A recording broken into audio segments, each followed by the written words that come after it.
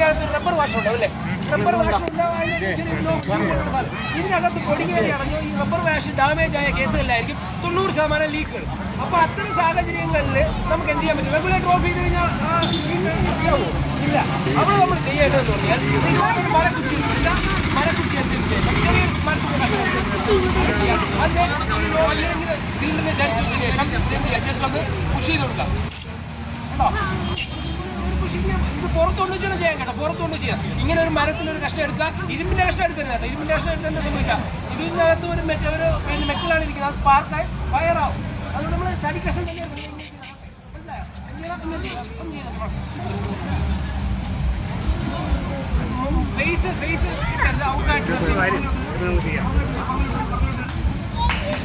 ചരിച്ച് പിടിക്കുക. സിലിണ്ടറിനെ പതുക്കെ ചരിച്ച് പിടിച്ചതിന് ശേഷം എന്ത് ചെയ്യുക? ഓക്കെ,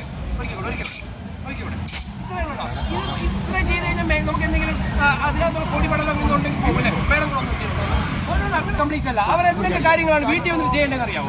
മേഡത്തിനറിയാമോ? ഒരു ഏജൻസിക്കാർ ഗ്യാസ് വീട്ടിൽ കൊണ്ടുവന്നാൽ എന്തൊക്കെ കാര്യങ്ങളാണ് ചെയ്ത് തന്നിട്ട് പോകേണ്ടത് അറിയാമോ? മേഡത്തിനറിയാമോ? ലീക്ക് ഉണ്ടോ? ഒന്നാമത്തെ കാര്യം, അവർ ലീക്ക് ഉണ്ടോ എന്ന് അറിയണമെങ്കിൽ അത് എന്ത് ചെയ്താലേ പറ്റുള്ളൂ? ആ റെഗുലേറ്ററിൽ നമ്മുടെ സ്റ്റൗവിൽ സെറ്റ് ചെയ്യണം. അങ്ങനെ സെറ്റ് ചെയ്യാറുണ്ടോ അവർ വന്ന്? ഇല്ല, ചെയ്യാറില്ല. അപ്പോൾ മിസ്റ്റേക്ക് നമ്പർ 1. രണ്ടാമത്തെ കാര്യം എന്താ? ലീക്ക് ഉണ്ടോ എന്ന് അവർ വന്ന് കൊണ്ടുവന്ന് ടെസ്റ്റ് ചെയ്ത് തരണം. 1. രണ്ടാമത്തെ കാര്യം എന്താ? അങ്ങനെ കളക്ട് ചെയ്ത് തരണം. രണ്ടാമത്തെ കാര്യം ഏതാ? ഇതിനൊരു വെയിറ്റ് ഉണ്ട്. ഇതിന്റെ വെയിറ്റ് അറിയാമോ? 30.1 kg, 30 കിലോ. സിലിണ്ടർ അതിനകത്തുള്ള ഗ്യാസ് ഉൾപ്പെടെ 30 കിലോ ഉണ്ട്.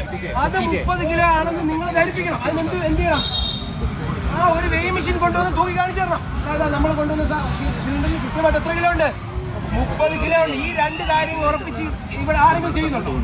ഇല്ല. അപ്പൊ എന്നിട്ട് ഇത് രണ്ടും കൺഫേം ആക്കിയതിന് ശേഷം മാത്രമേ നമ്മൾ എന്ത് കൊടുക്കാൻ പാടുള്ളൂ? പേയ്മെന്റ് കൊടുക്കാൻ പാടുള്ളൂ. നിങ്ങളുടെ ചരിത്രത്തിൽ അങ്ങനത്തെ സംഭവം കണ്ടിട്ടുണ്ടെങ്കിൽ ഇല്ല. ഇനി അത് പ്രാക്ടീസ് ചെയ്യണം. മനസ്സിലായില്ലേ? ഈ സിലിണ്ടറിൽ 30 കിലോ എന്ന് പറയുന്നത് നമുക്ക് വേണമെങ്കിൽ 20 കിലോ നിറയ്ക്കാം, 15 കിലോ നിറയ്ക്കാം, 25 കിലോ നിറയ്ക്കാം. നിങ്ങൾ അറിയൂല. നമ്മളെ അതുകൊണ്ട് അവരോട് പറയണം, ക്ലീൻ മെഷീൻ കൊണ്ടുവന്നിട്ടേ പൈസ തന്നുള്ളൂ. അതവിടെ പ്രൊസീജിയറിലുള്ളതാണല്ലേ? ഇനി നോക്കൂ, ഇത് ബേസിക് ആയിട്ടുള്ള ഒരു കാര്യമാണ്. നോക്കൂ, അടുത്ത ഗ്യാസ് വയർ ലീക്കായി മെയിനായിട്ട് ലീക്ക് ആവുന്ന ഈ റെഗുലേറ്ററിന്റെ കാലാവധി അറിയാമോ? 5 വർഷത്തിലൊരിക്കൽ ഈ റെഗുലേറ്റർ നമ്മൾ എന്ത് ചെയ്യണം? ചേഞ്ച് ചെയ്യണം. ഫ്രീ ഓഫ് കോസ്റ്റിൽ ആര് ചേഞ്ച് ചെയ്ത് തരും? ഏജൻസി ചെയ്ത് തരും. ഇനി അതിനൊരു കോർ ട്യൂബ് ഉണ്ടല്ലേ? ട്യൂബ് ആ ട്യൂബ് നമ്മൾ എത്ര വർഷത്തിലൊരിക്കൽ മാറേണ്ടത് അറിയാമോ? മേഡത്തിന് അറിയാമോ? എത്ര കാലമായി ഗ്യാസ് മേടിച്ചിട്ട്? 10 വർഷമായി. ട്യൂബ് മാറിയിട്ടുണ്ടോ എപ്പോഴെങ്കിലും? ഇടയ്ക്ക് ഒരിക്കൽ മാറിയില്ല. അപ്പോൾ ഒരിക്കൽ മാറി, 5 കൊല്ലത്തിൽ ഒരിക്കൽ മാറി. ആണോ? എപ്പോഴാണ് മാറേണ്ടത് അറിയാമോ? മേഡത്തിന് അറിയാമോ? എപ്പോഴാ? ഓരോ 3 കൊല്ലത്തിനൊരിക്കൽ മാറണമെന്നാണ്. പക്ഷേ സേഫ്റ്റിയുടെ ഭാഗമായിട്ട് നമ്മൾ 3 കൊല്ലം വരെ ഒരിക്കലും വെച്ചുകൊണ്ടിരിക്കാൻ പാടില്ല. എപ്പോഴും മാറണം. വിത്തിൻ 2 years, 2 വർഷം കഴിയുമ്പോൾ അതിൽ എന്ത് ചെയ്തിരിക്കണം? ചേഞ്ച് ചെയ്തിരിക്കണം. അങ്ങനെ 2-3 വർഷമായിട്ട് ചേഞ്ച് ചെയ്യാത്തപ്പോഴാണ് ഈ ഗ്യാസ് ലീക്കുകളുണ്ട്. കേരളത്തിലെ 10 മുതൽ 30 ഗ്യാസ് ലീക്കാണ് ഒരു ദിവസം നടക്കുന്നത്. മനസ്സിലായില്ലേ? കേരളത്തിൽ തിരുവനന്തപുരം ജില്ല എടുക്കുകയാണെങ്കിൽ ഒരു ദിവസം ഒരു ഗ്യാസ് ലീക്ക് കമ്പൽസറി ആയിട്ടുണ്ട്. മനസ്സിലായോ? അപ്പോൾ അത്രയും ഡേഞ്ചറസ്. അങ്ങനെ ലീക്കായി 2 രീതിയിലാണ് ലീക്ക് ആവുന്നത്. ഒന്ന്, ഞാൻ നേരത്തെ പറഞ്ഞു, ഗ്യാസിന്റെ അവിടുന്ന് വാഷറോ നോബോ ലീക്ക് ആവുന്ന സമയത്ത്. രണ്ടാമത്തത് ഈ ഓസിന്റെ ആ ഓസ് ഇവിടെ കവർ ചെയ്തിട്ടുണ്ടോ അല്ലേ? ആ ഓസിന്റെ ഇവിടെ തീ ഇങ്ങനെ പടരും. ആ ഓസിന്റെ അവിടെ തീ പടരാം, അല്ലെങ്കിൽ അതിന്റെ ഓപ്പോസിറ്റ് എൻഡ് വന്ന് തീ പടരാം. അതിങ്ങനെ കത്തി ഇങ്ങ് വന്ന് ഈ സിലിണ്ടറിലോട്ട് എത്തും. ഇനി നിങ്ങൾ മനസ്സിലാക്കേണ്ട കാര്യം, ഈ ഗ്യാസ് സിലിണ്ടർ എപ്പോഴാണ് പൊട്ടിത്തെറിക്കുന്നത്? ഈ ഗ്യാസ് സിലിണ്ടർ എപ്പോഴാണ് പൊട്ടിത്തെറിക്കാം അറിയാമോ? എപ്പോഴായിരിക്കും ഈ ഗ്യാസ് സിലിണ്ടർ പൊട്ടിത്തെറിക്കുക? ആർക്കെങ്കിലും അറിയാമോ? എപ്പോഴാണ് ഈ ഗ്യാസ് സിലിണ്ടർ കത്തി പൊട്ടിത്തെറിക്കുക?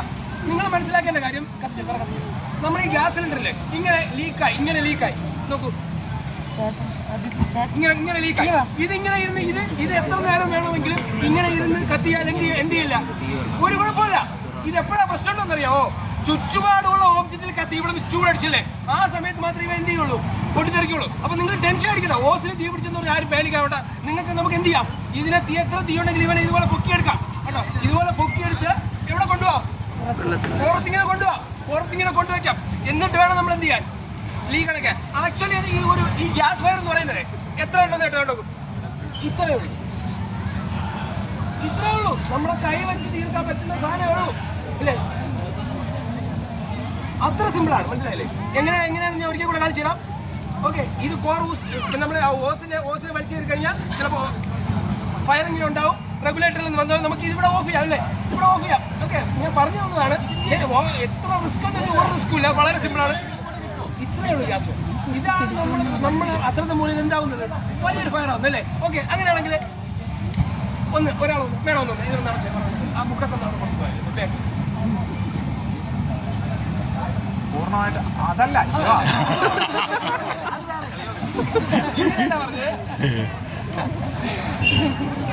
ഇത് കഴിഞ്ഞ വെച്ചാൽ ഒന്നും ചെയ്യില്ല വരൂ. ഞങ്ങളൊക്കെ ഇല്ലേ പതുക്കെ പൂർണ്ണമായിട്ട് ഓക്കെ. Very good. ഇത്ര ഓക്കെ, നല്ലൊരു കൈ അടി. ഒരാളുടെ വേണം. ആ സാരിയൊക്കെ ഒന്ന് മാറ്റി ശ്രദ്ധിച്ച് ഓപ്പോസിറ്റ് ഫ്രണ്ടിൽ കൂടെ പോയി അപ്രോച്ച് ചെയ്യില്ല കേട്ടോ. നമ്മൾ സൈഡിൽ കൂടെയാണ് പോയി അപ്രോച്ച് ചെയ്യുന്നത്. ഹലോ,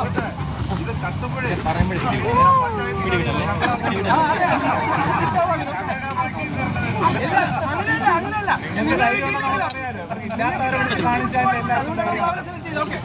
നമുക്ക് ചെയ്യാം.